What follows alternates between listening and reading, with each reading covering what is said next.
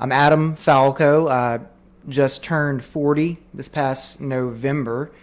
So that was fun. Happy birthday. Oh, thank you. Yeah. So big milestone. So I'm married to my wife, April. We're going on over 15 years now. So we have 3 children. Sophia's 10, Vincent is 6, and Juliana is 2, and she pretty much runs the joint at this point. So, oh, that's awesome.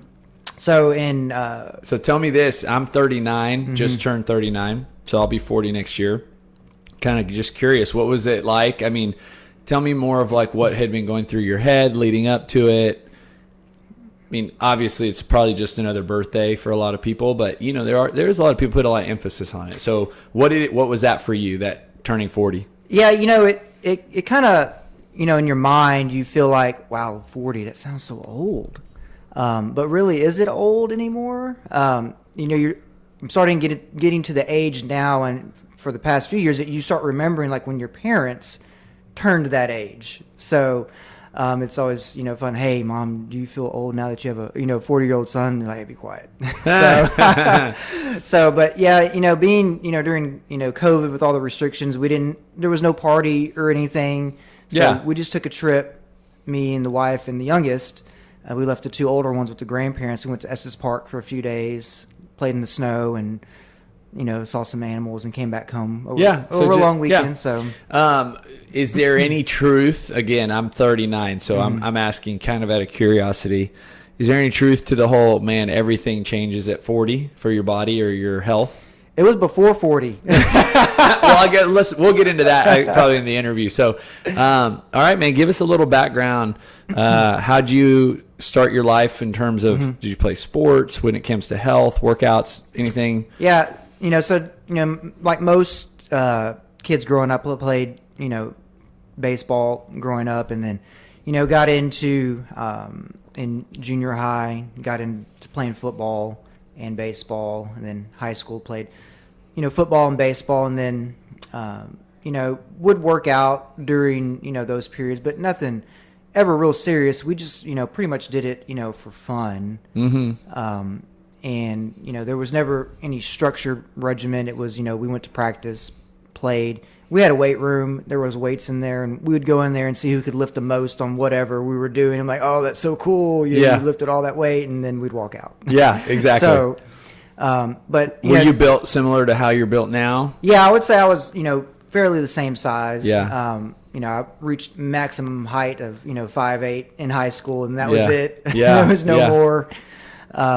What position did you play? So in football, I started out on defense as a linebacker, and then when I got to high school on the freshman team, I started out as a linebacker also, and then the coach was like, hey, we need a center for the offensive line. And he comes over here, he says, hey, Falco, come over here. You're going to play center. I'm like, I'm sorry? These dudes are big. Way bigger than me. Wow. He's like, no, you can do it.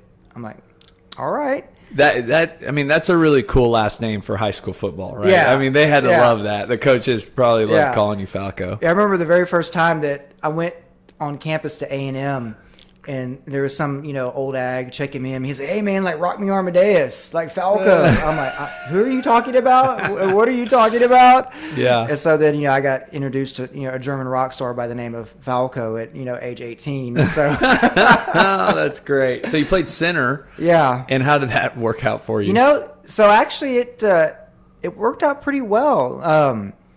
You know, I like to say they put the smartest guy in the middle. So, you got to remember that all the plays, all the counts. You got to remember everybody else's play and position next to you, because, you know, the guard will look at you like, hey, man, what's the count? I'm like, it was literally 2 seconds ago. Or like, hey, man, what's the play? And then like, hey, man, who am I supposed to block? Oh, that's funny. You're like the leader of the line. Yeah. It makes total sense. Yeah, so it was a lot of fun. I was obviously way smaller than the rest of the offensive line. So I did center duties and deep snapping. So it was fun. So I got relationship with, you know, the offensive line guys and then the special teams guys. So yeah, you get to go to practice earlier, and you get to be, called let's go out with the specialist. I'm like, oh, okay, I just snapped the Did ball. you play all 4 years of high school? Mm-hmm. So did Yeah. you ever at any point, because, starting in junior high, I agree, we're kind of playing in the weight room, not really sure what we're doing. In high school, they start putting a little more emphasis, a little bit, on working out. Did you ever kind of take wind of that and really embrace it? I never did on like a structured level. I did with my friends. Like we would make little programs for ourselves and go to the gym and do it, but it wasn't, real consistent. We were in high school. Yeah. But, in the summer times we would do, different things, but nowhere near to the level of consistency that I do now. Yeah. So, looking and in back high on school, a 3-hour practice is a workout, right? Even though you're Right. out there in the heat, snapping, hitting. Yeah. It's a work. I remember those days. I played offensive line in junior high, defensive line in high school. And so just being out in the Texas, and then at the end, we'd occasionally run, Yeah. 50-yard sprints, just depending if the coach felt like we should do 4 or 30. Yeah. And it was every bit of what you described, a grueling 2 days in the heat, drinking water out of some, water hose kind of thing, things that they probably don't even do now. So I'm amazed they kept you at center all through senior year. yeah. So You weighed 165 your senior year or one? I probably weighed about 185. Oh, 185. Wow. So, I played the whole way through, and to me, it wasn't necessarily, hey, I'm going to knock this guy over in front of me. It was, I'm going to get him out of the way just enough because I know where the ball's going. You really did play smart. Yeah. I had to, because Yeah. there's no way in the world I was going to literally beat the guy in front of me because Yeah. they were just bigger, Wow. faster, and stronger. So you had to have some mental aspect to it. Like, I'm going to get him out of the way because I know where the play and the ball are going. Yeah. And that would drive some of the coaches crazy because it was so different than what you would normally do. Oh, high school kids essentially was what we are. Just hit the guy in front of you. Right. Right. But it makes sense. That's awesome. Yeah. So what was one of your favorite things about football? I think it was the team, just being with the guys. I'm still best buds with my quarterback and my kicker. Oh, that's cool. So they were in my wedding. One was my best man. So I was his best man in his wedding. So, we're still friends today, and we still talk all the time. So, it was hanging out with the guys. Yeah. And then did you, after football, kind of stop working out entirely, or? No. So after high school, my friend who was the kicker, he got me into cycling. So I bought a mountain bike, and that year from high school to college, we went mountain biking all over the place, and really developed a passion for doing that, and going all over and getting in the mud, getting dirty, breaking the bike, putting it back together, and doing all aspects of mountain biking. And then a little later on, we got into road cycling too. So then we would do both, and mountain bike and road bike places, and then it was great. So how far? What was some of the distances? On a road bike, we would probably, if we were just out going on a Saturday or Sunday, it'd probably be 20 to 30 miles. Dude, you guys were putting in the miles. Yeah. That's a couple hours at least. Yeah, it's a huge time commitment. Yeah. And in the back, at that time when you're 19, 20 years old, you have no plan, you have no map, there's no phone GPS. Yeah. We're just like, all right, we're going to go over here, and we're going to turn around, and we're going to come back. Did you buy a nice road bike? Yeah. So at that time, my parents got me a Cannondale road bike. Yeah. So it's nice. Still hanging in my garage. It's kind of dusty right now. Yeah. So that's awesome. So we did that all through college, mountain biking and road biking. And so, it was just because you benefited in your fitness, but is it just because you enjoyed it? Oh, yeah. It just kind of became kind of like a thing. Like runners run, you biked. Yeah. So, it would be a thing, and, I would go try to structure my class schedule between that and work to where I could make it out back then to Lake Bryan to go mountain bike, or if I structured my classes this way, I can make it out and back down 47 and back and get to class and to work on time. Wow. So I would, try to maneuver things around, trying to do that. So how much of a window would you want of time to get in the workout or the ride? At least a couple hours, because it's a long workout. It's not a quick workout. I mean, it's a different, most people, especially when you look at like CrossFit, where we look at an hour, or most people that go to the gym for an hour, it's a different way to think. You want to have a good amount of time.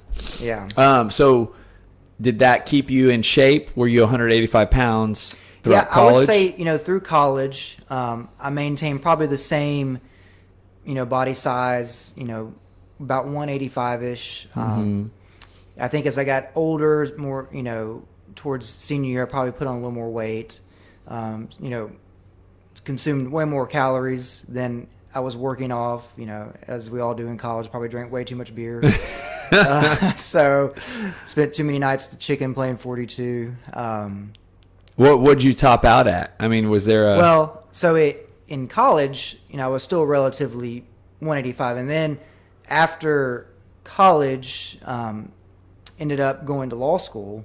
And that's kind of when things changed a little bit. So during that journey through law school, it's way different than college.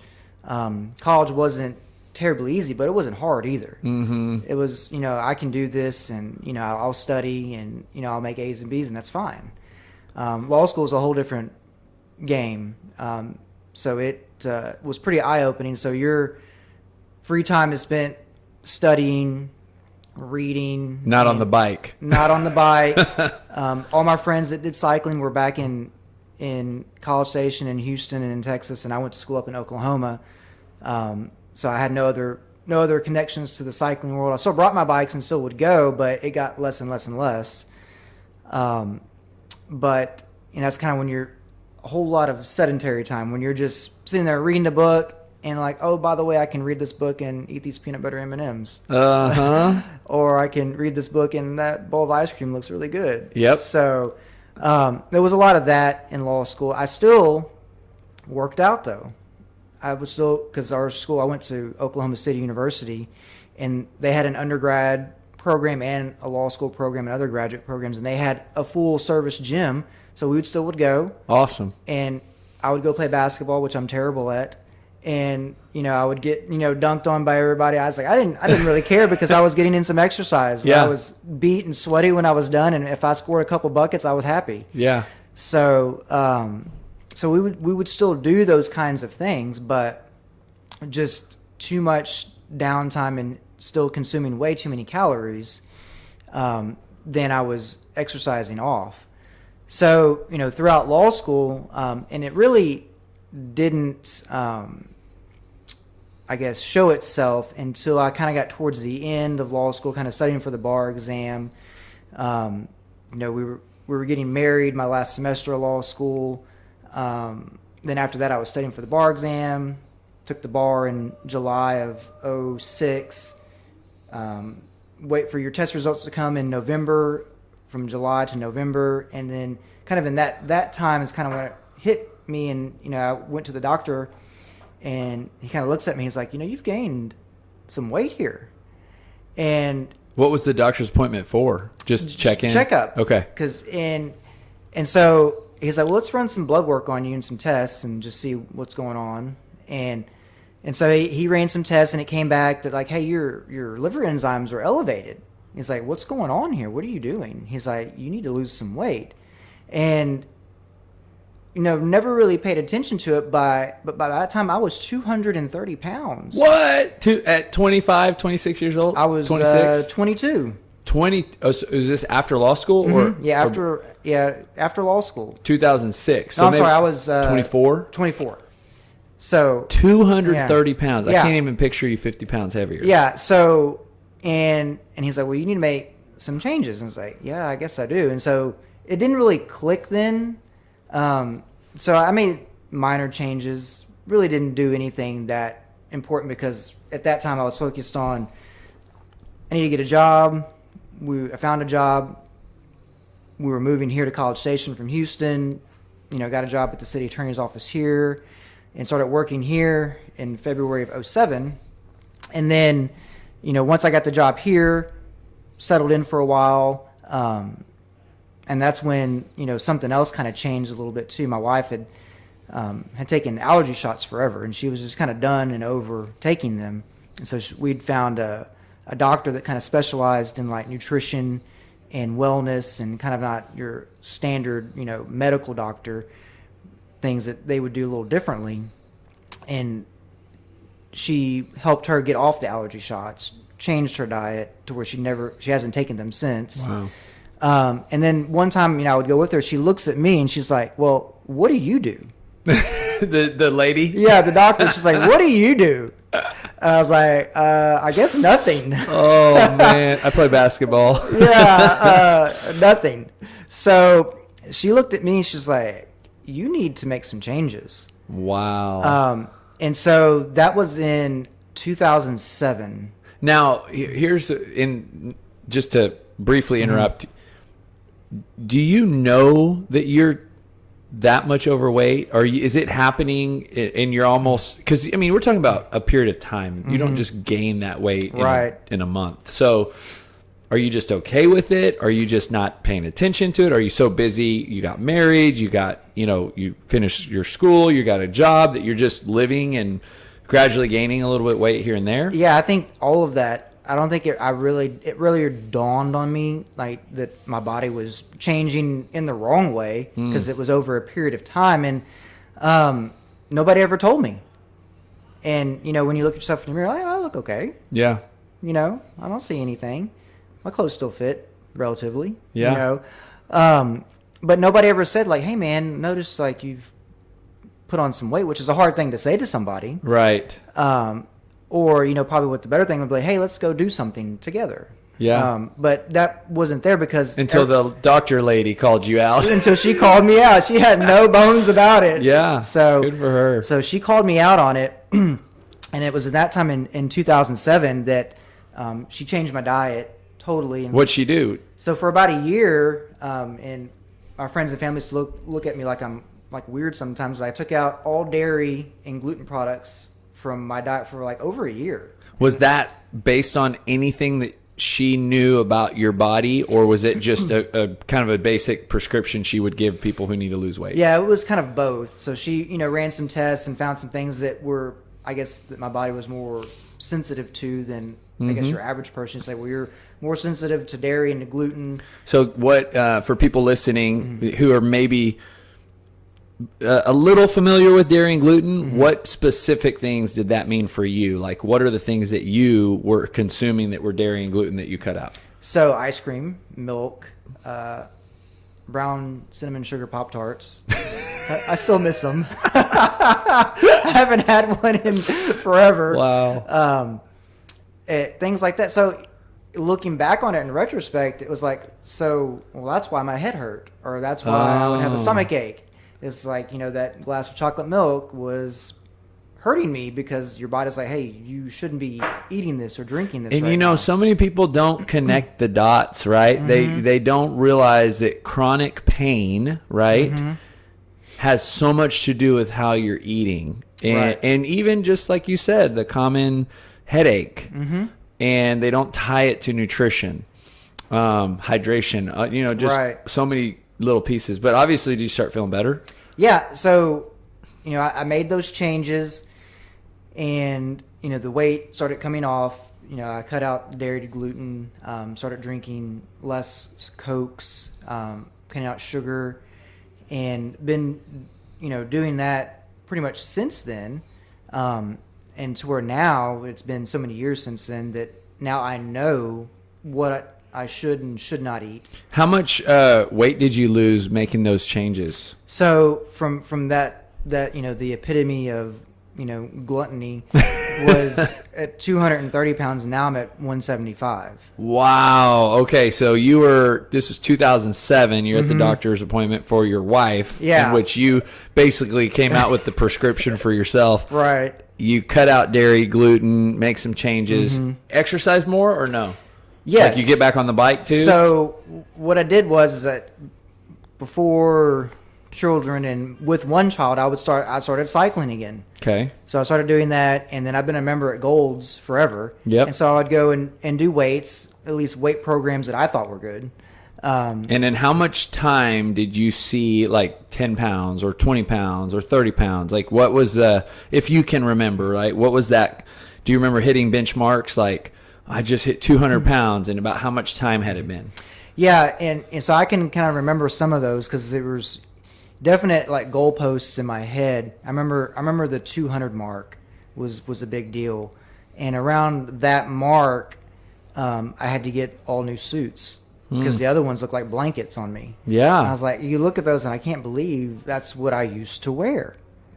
And, the coats, the pants, the belts, the shirts, like none of them fit. And I came home one day and I was like, I've got to get some new clothes. Yeah. And my wife was like, you could literally have the belt cinched all the way up and just slide them off of your legs. I was like, I got to go get some new clothes. And I guess fortunately, but unfortunately, that happened a few times along the way, too, because you grow, I guess, out of sizes.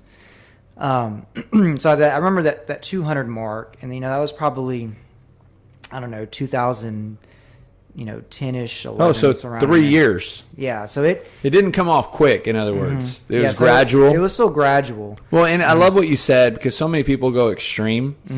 And you said I drank less Cokes, which implies you still drank some Cokes. I did. You only cut out dairy and gluten, which means you probably still ate French fries, or cheeseburgers, or Right. It sounds like there was a little bit of that stuff that you probably didn't remove completely, which allowed for you to live your life, right, and not feel so restricted. But 3 years later, you're in better. You're probably 30 pounds lighter. Right.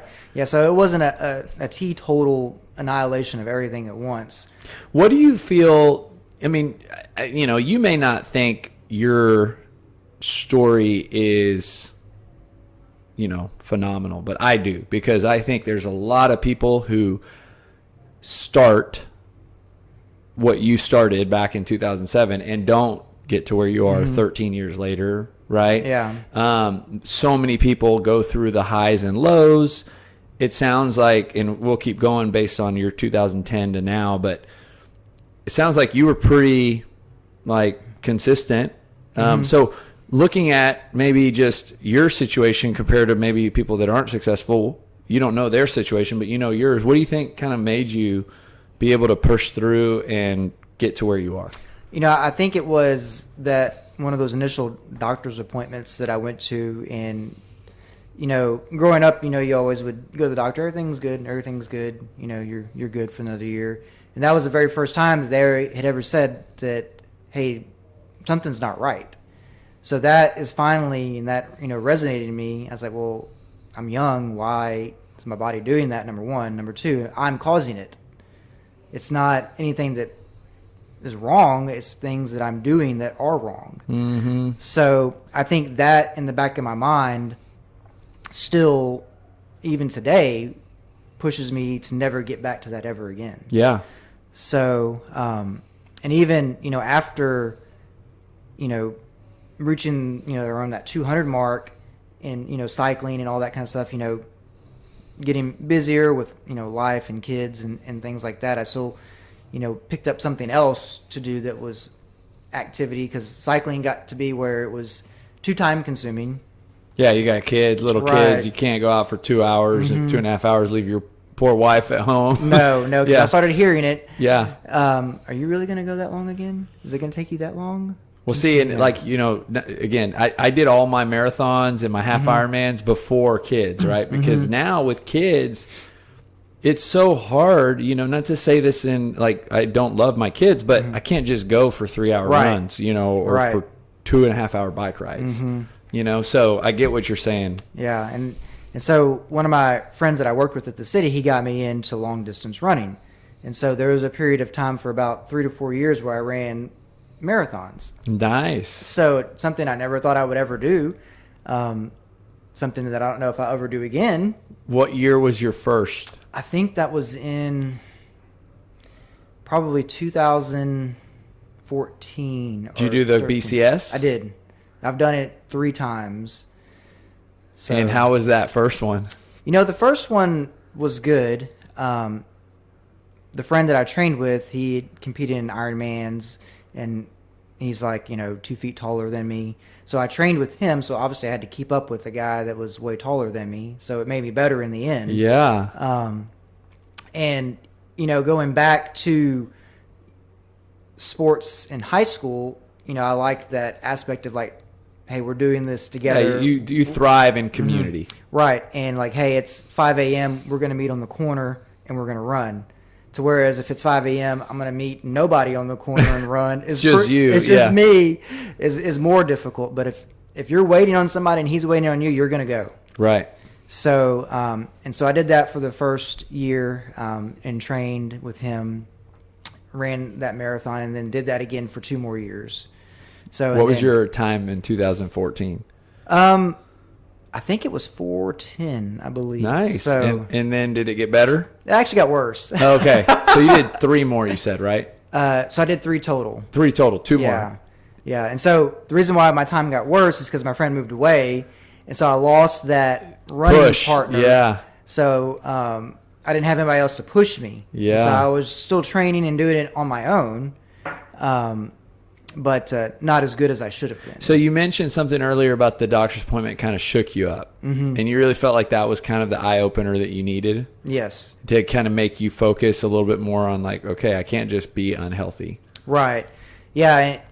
And another thing, too, kind of around that same time period was, being a brand new lawyer in 2007, working here at the city, and going to like conferences and different things and seeing like other attorneys that have been doing it for 20 plus years, and you see how some of them look, and looking at some of those guys that have been doing it, and you sit at a desk all day long, for 30 plus years, day in and day out, and they're standing in line because all these conferences have mega, buffets and everything, and just loading up on the food.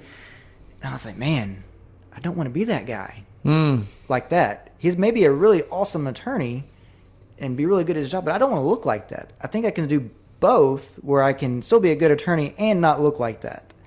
So that was also motivation too. And then seeing that how many, other health issues and substance abuse issues that attorneys have too, because that's one thing that the bar pushes on folks is, how much help there is out there for attorneys. And I was like, well, if I can, get my health correct and, exercise more, then I won't have to worry about those other things. Yeah. And so no, that's awesome for you to observe that at a young age. Technically, I mean, now you're not there, but you're almost at that mark. Yeah. Like you've almost been doing the attorney thing for 20. And so you can become a great example too for all these other young guys. Because I'm sure, like you said, you sit at a desk, you're billing hours, from computer or.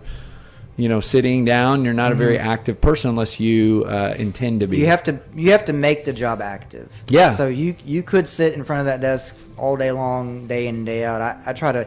It's a little harder to do now because of the different restrictions we have because of COVID. But in the past, like if there was a project or something that we were working on, I would like talk to the engineer or to project manager. Hey, let's go out there and take a look at it. Let's go do this. Just hey, I'm going to come to your office or your department. I'm going to see your people and learn from them instead of you just coming to me or talking to them. So I would try to be more active and engage in that kind of way too. And then kind of another thing too that, because, trying to do these, workouts and different things, as always, it's hard. It's hard to keep the scheduling and hard to do it and hard to balance work, and if I go work out during work, I've got to pack a lunch, I've got to pack a gym bag, I've got to pack this, and all that stuff has to happen before. So it's a lot of commitment. It's, it's the daily grind of routine and doing these things. So, and I think, after you do something a handful of times, it just becomes part of you and you just keep doing it. Yeah, man. It sounds like this last 13 years, you've just like health, fitness has just become a part of your lifestyle. Is that an accurate statement? Yeah, my wife tells me that when I don't go to the gym, I'm grumpy. So, you know what's funny? I would say that Alicia doesn't get the opportunity to say that because I literally do it every day. Right. But I guarantee you, if I don't work out, I'm grumpy. You know. So you had 3 kids in that time, right? So it's like was that even an obstacle? You know, like the things that most people would say, oh, this became a challenge, so I ended up, you know, did you have anything like that? It was an obstacle and a challenge, but it just made me change what I was doing. So I kind of shifted from the cycling, because that got too time consuming, to the running. Yep. And then, you know, the 5 a.m.s with 2 kids, and then, you know, 2 kids that don't sleep was not happening. So you shifted. So it shifted again. And then after the running kind of ended, I found at Gold's, they had a class called Gold's Fit. So, you know, I would go to the gym and work out, and I would see these people doing these crazy things in this room. And I'm like, oh my gosh, I'm never going to do that. And then, you know, I just happened to walk by one day, and I was like, you know what? I can do that. So, you know, I went to a class. And, you know, I love hearing you say that, because basically what you did is you took the obstacles and you almost like what the buzzword back when COVID hit is, you pivoted. Right. You know, you just pivoted. You stayed focused on exercise. You pivoted and you started something that would complement that your life a little bit better than the other thing that wasn't. Now, eating for the last 13 years stayed the same. Did it ever go up and down? So I think over the years it's got better, and I've learned what I should eat and learned what I shouldn't eat, and you know, totally cut out soft drinks, Cokes, all those kinds of things. For the most part, cut out most big, you know, refined sugar things that I can. Every once, you know, it's good to have a piece of good chocolate every now and then. So, yeah, you just moderate. You know, you're not. It's not 100% out of your life, but you just don't do. Yeah. And it's crazy when it sounds like, to where you are now, I'm sure you don't eat ice cream every night. No. But when you said you cut ice cream, it sounds like you were eating it pretty often. Yeah, I was actually talking about this with my parents the other day. I was like, man, do you remember back in high school when I would sit down and eat, you know, after dinner, after football practice, eat dinner. And then I would have my second dinner, which would be a bowl of Frosted Flakes. And then I would have my third dinner, which would be a bowl of Bluebell homemade vanilla ice cream with Hershey's chocolate syrup every night. Man, and I mean, I had a real unhealthy, like, nutritional childhood. And I tell people, man, it's amazing how forgiving your body is. And what your body can actually process, and how it... I mean, the abuse that it can take, nutritionally speaking. Yeah, if I did that now, I'd probably be in a coma. Yeah, that's right. So now let's transition to CrossFit. I mean, you've been 3 months. I mean, since January. Yeah, man. And so you were doing Gold's Fit. So let's start with, like, what interested you in CrossFit? So I did Gold's Fit for about 3 years, I think. It started from zero, had no experience doing any of those exercises ever. Never picked up a kettlebell before, never jumped on a box before, you know, never really did pull-ups before. So it was literally starting from zero. A lot of growing pains. Made a lot of progress over those 3 years. A lot of firsts. You know, the first time that I saw them, you know, kick up on a wall and do a handstand, I'm like, oh my gosh, I'm not doing that. And then, you know, finally something just clicks, and, like, you know, you see this person do it, and I was like, you can do it. And it just happens. So a lot of little steps like that along the way. And I think the reason why I like it so much is that it's hard. It's not easy. And I think that probably goes back to just my parents just put it into me, like, hard work. You know, if you're going to do something, you got to put in the work to do it.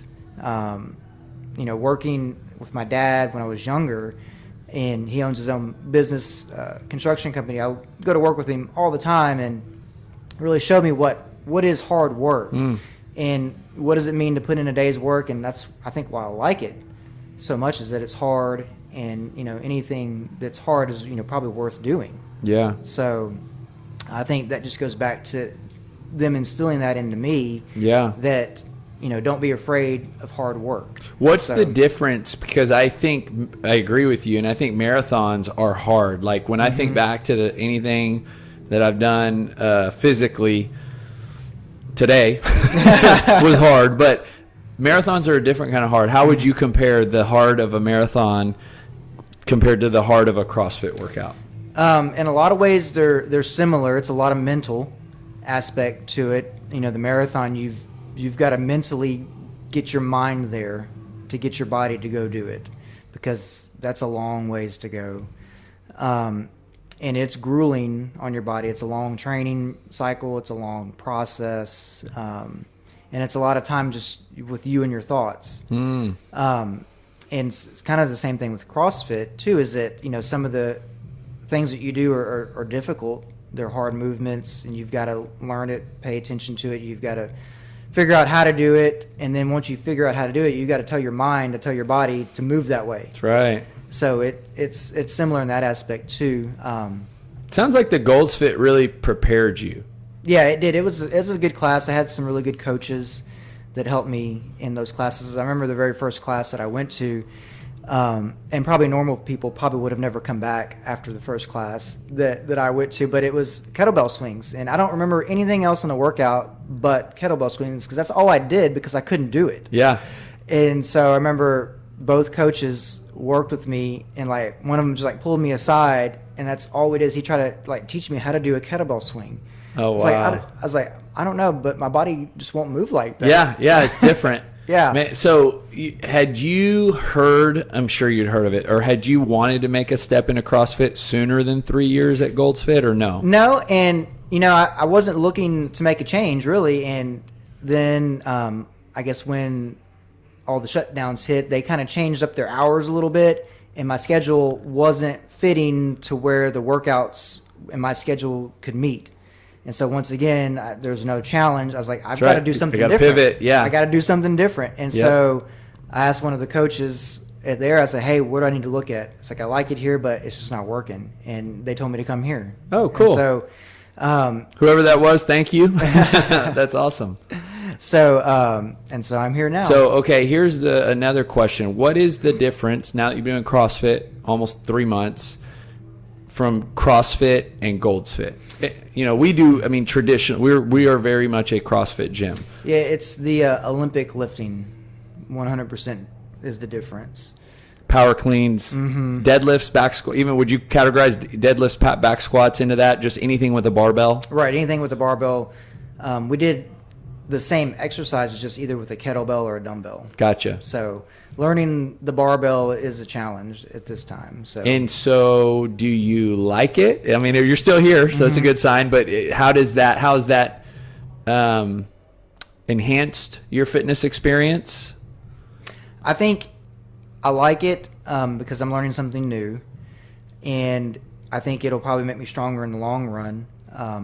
And I think, just getting over that first mental aspect of lifting this gigantic bar over your head with these gigantic weights on it. Once you're past that, it's okay. Well, I remember the first day you came, but then I remember we did snatches like the few days later. It was very, and I thought you moved very well. It was like the fact that you had never done it before, you moved well. Let's just call it that. So do you feel like, as you've kind of transferred into, we'll call it the new barbell techniques, like you can see a difference in your body or in your athleticism and your workouts? Yeah, I think I see a little difference. I think I'm getting a little more toned. Or soreness, maybe different soreness? I would say more sore in different places. But yeah, I think it's definitely helping. If we could write a perfect workout for you that you would be like, man, that's my jam, what would it be? Not wall walks. Oh, yeah. Not wall walks. I kind of like the one that we did yesterday where it was a 400-meter run and then burpee pull-ups. I think, things that are like that are fast and kind of keep you engaged the whole time. Yeah. I think I really like those, even though when you're doing it, they're awful. That's right. No, it's hard. I always tell people it's always relative to how fast you go.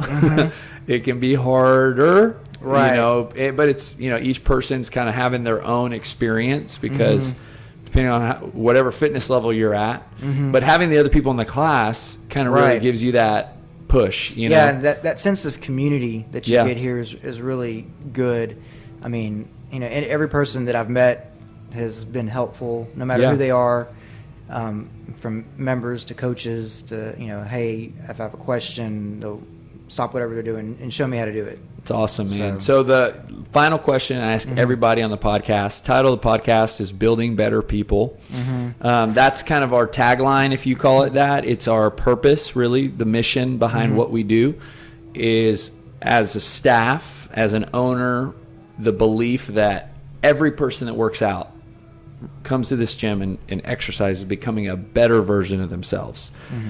And I believe that not just at this gym. I believe that at Gold's Fit or marathon training or cycling. I mean, I just think working out makes a person a better version of themselves. So through all these years, how's that been true for you? How's it true to this day? I think I think I have a version of that we do at home, that when we tell our kids we're trying to teach you to be a good human, kind of the same thing. And it kind of starts, as with a good foundation of, with your faith, number one, and, trying to teach them, about Christ and Jesus and learning about our Catholic faith, and, trying to every day do something better than you did yesterday, and trying to, with at least our children, show them, like, hey, these are things that you need to learn on, things that you should work on, things you did good and things you didn't do so good at, but we're going to get better. And I think it's the same thing with adults. Having that strong foundation in faith, trying to build upon that, whether it's in work, whether it's at the gym, whether it's hanging out with friends, whatever it is, I think it all starts there. And then from there, once you put your faith into religion, into God, I think it kind of everything else just falls into place. And it's something my parents put into me, and I'm trying to do the same to my kids and try to do every day. And I think just like work, like practicing law, you're practicing every day, just like you're practicing your faith every day. And when I come to the gym, I'm practicing this every day too, with all the same goal of trying to make myself better so I can help my kids grow up to be better.